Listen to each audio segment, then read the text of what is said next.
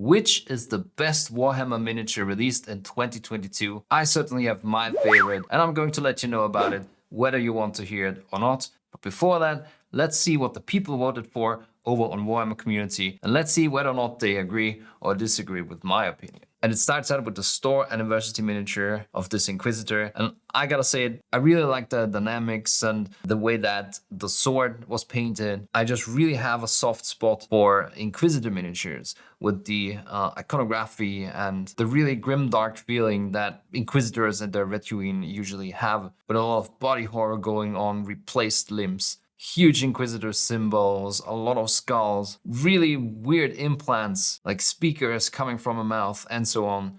I like the Inquisition lore so much, I decided to listen to Dan Abnett's Eisenhorn series again, just so that I can be annoyed like everyone else by how much Amazon's new 40K series with Henry Cavill will miss the mark when it comes to proper background. I don't have a lot of time to read besides making videos, painting minis, staying in shape and spending time with the family. And this is where this video's sponsor Audible comes in. I listen to all of my audiobooks through their app, and if it wasn't for Audible, I would have probably missed out on a lot of awesome novels, like the Eisenhorn trilogy, the Ravener and Banking novels by Dan Abnett, which have become my absolute favorites. You can get all 10 novels of this overarching Inquisition storyline, as well as many other novels from the Black Library, as well as over 200,000 other titles, including current bestsellers, thrillers, mystery, classic sci-fi, and so on Audible. You can now join for a free 30 days trial by using the links I provided in the description of the video, and you will get one book for free. If you're a Prime member, you will get 60 days and 2 books. You can cancel any time and you will keep all of your books even if you stop the subscription. In the Audible Plus trial, you can even get access to their exclusive audiobooks, podcasts and shows. And the good thing is, while you are grabbing some 20 hours or more of entertainment for free, you're also supporting this channel in the process. So why not check it out? Next up, we have ASRock, and while I'm not a huge fan of Chaos, but this one obviously is made after the iconic artwork. It's an iconic piece of 40K. That alone is why it rightfully is on this list. In the grand scheme of all the releases last year, it's just not my favorite. What I like the most on this miniature is probably the face. We can zoom in here. And one quarrel that I have with a lot of Chaos releases these days is how the faces look. And I don't like the faces usually on the normal releases.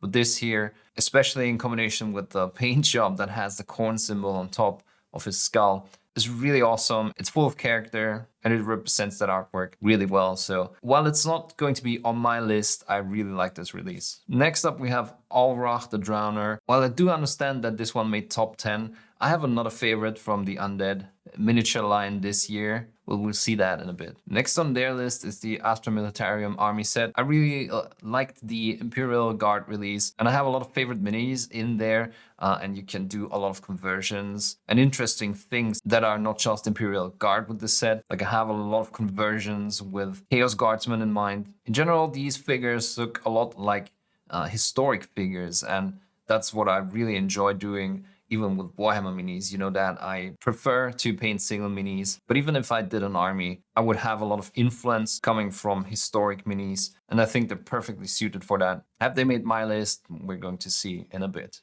Next up, we have the Horus Heresy Age of Darkness box. Absolute favorite of mine. I'm going to talk about it a lot in the second part of the video. So we're going to jump right ahead. So the Chaos Knights, I like the set a lot. Maybe not for the reason that you think. It's also going to be on my list, so we're going to talk about that later. The Gothrocker. So I like these out of left field figures that have a bit of a music touch. You probably still remember the Noise Marine that they released 2 years ago, I think. And this one also joins the band. So I like these goofy miniatures that maybe are not releases that you would typically see in an army, but that are super goofy and original. And I also like the sculpt, the way that his mimic looks here, and the stance and the dynamics and the way he grips his guitar. I really like that one. So now we're already entering the top 3, and Bayard's Revenge is among their top 3. And this certainly also ticks the box of out of left field being a diorama more than a single mini release. And I like that it ties in with the AIRBRUSH Champion release from a while ago, but I'm not sure if I would put it in top 3 this year. Second place on the Warhammer Community list was the Slaves to Darkness Army set. And I talked a bit about Chaos releases and that I'm not a fan of the 40k universe, but that also kind of applies to the fantasy setting.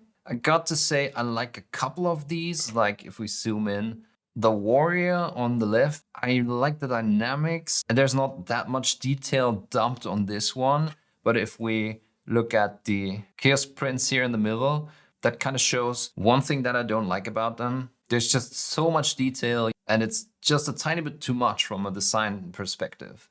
I come from a school of thought of miniature design where the idea is to have just enough amount of detail to support your character, the identity of your character. Never let detail become the identity of your character. And thinking back to the confrontation times, the confrontation miniatures, you always heard painters saying, oh my god, so many details, how am I supposed to paint this? This is never going to end. So I guess whenever you use a wash approach and quicker approaches, that amount of detail is fine. But whenever you want your painting to shine a bit more, this is becoming tedious and really difficult to paint. And again, I understand that this is the path they chose for both the 40k and the fantasy chaos, where there's mutations, and they want chaos to be influenced by the warp and the powers of chaos so much that they got warped and have these additional limbs and runes etched into the armors and chainmail and loincloth and spikes and horns and plumes and a lot of skulls and trophies collected and all of that. But for me, it's a tiny bit too much. So miniature of the year on the Warhammer Community page is the Avatar of Khaine. And I can see why. We have certainly seen a year of not that many bombastic miniatures. Like if we think back to last year, we had the dragons, we had Be'lakor, we had the Golotkin, I think, we had Lord Croak. There was a lot of 40k orcs that were giant sharks, and also the Oruk releases were bombastic. And of course, there was the crab. But this year didn't see that many bigger models. So I think it was easy for the Avatar to stand out. And it's definitely one of my favorite releases this year.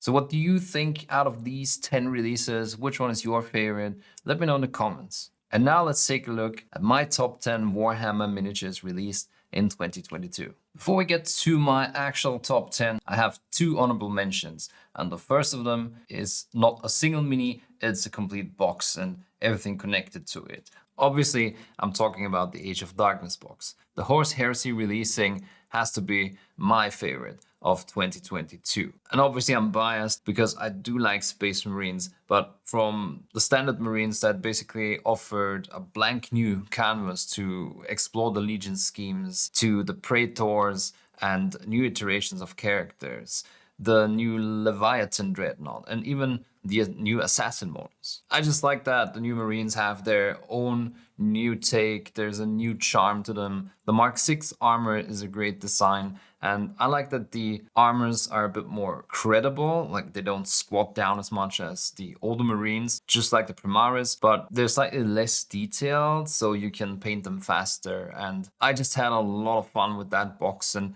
everything related to it ever since it came out. My next honorable mention, the Rotmeyer Creed, is exemplary for all the Warcry releases that came out this year. The Warcry skirmish game has, in my opinion, been a great place for the designers to tackle the themes that Chaos offers in different ways. I guess if I was a designer at Games Workshop, I would like to work in this department, because you are not that boxed in with existing design philosophies for Chaos. And this here is a great counterpoint, a great alternative approach where the character of the model is carried by the design itself and not how many bits and bobs you can cramp into it. So the Rotmeyer War Gang, really great alternative approach to Nurgle. I really like it. So moving into my personal top 10 with the Deluxe Psyker, I feel like Necromunda is just the same thing, like all these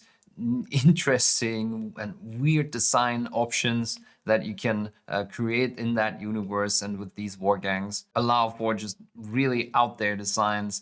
And this mini with the bloated head and all the injections and additional stuff that they're putting into him so that he becomes even more powerful. It's just so bizarre that it had to make my list. This is another example for that design philosophy of Necromunda. Just anything goes, like this huge brute in comparison to the Psyker, which has just a frail body and just a giant head. And then we have this muscular dude swinging 2 hammers, or this completely bonkers design that reminds us of John Blanchy, of course. Number 9 this year for me is the Parasite of Mortex. And I'm not so much a fan of the general Tyranid designs. I've been vocal about that. And I also don't think this is a particularly well sculpted piece. Like, I don't like how the teeth are not that defined. They look like sausages a bit. But I just like the opportunities that you get with this mini. So the wings unfolding and the tentacles moving forward. I have a copy assembled, and I want my version to look a bit like the H.R. Geiger designs, with a lot of drool and slime stretching from the tentacles. Just a really disgusting version, and I feel like this sculpt in particular offers this opportunity. Number 8 on my list is the Goth Rocker. I kind of had to include it. I already liked the Noise Marine from 2 years ago, I think. It's no secret that I like goofy designs and goofy ideas, even in the really serious world that Warhammer 40k represents. And while this is a really simple sculpt, I do like the bass and the hand grenade he's singing into and the squeak amp.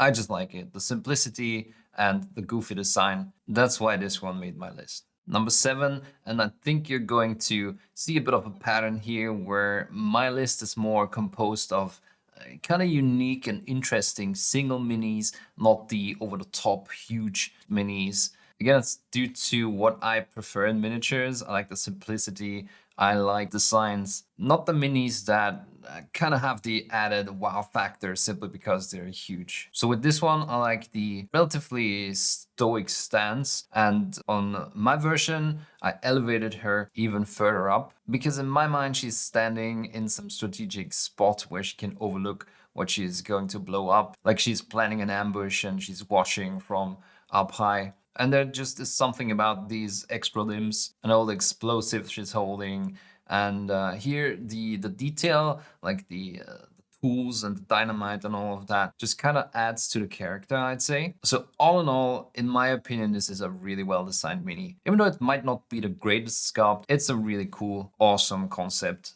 well-rounded, and I like it a lot. On rank 6, I personally placed the Chaos Knight army set. And while the Chaos Knight itself is impressive and offers a lot of opportunities and different ways to assemble it, I almost prefer the War Dogs even more. There's just something about the hunched over pose and the skeletal face of a dog, or that almost vulture-like looking alternate skull. It's just the mechanical madness with all the spikes and the chains, and like I said, that additional dread that the skull just adds to the appearance. And there's also something about having a lot of clear panels where you can place freehands or markings. And even though I'm generally not a huge vehicle fan, these just had to make my list. In 5th place, I put the Gore Chosen of Drom. It was kind of hard to pick between these 3 because all of them are really interesting designs. Warhammer Underworlds is another one of these playing fields where I feel like the designers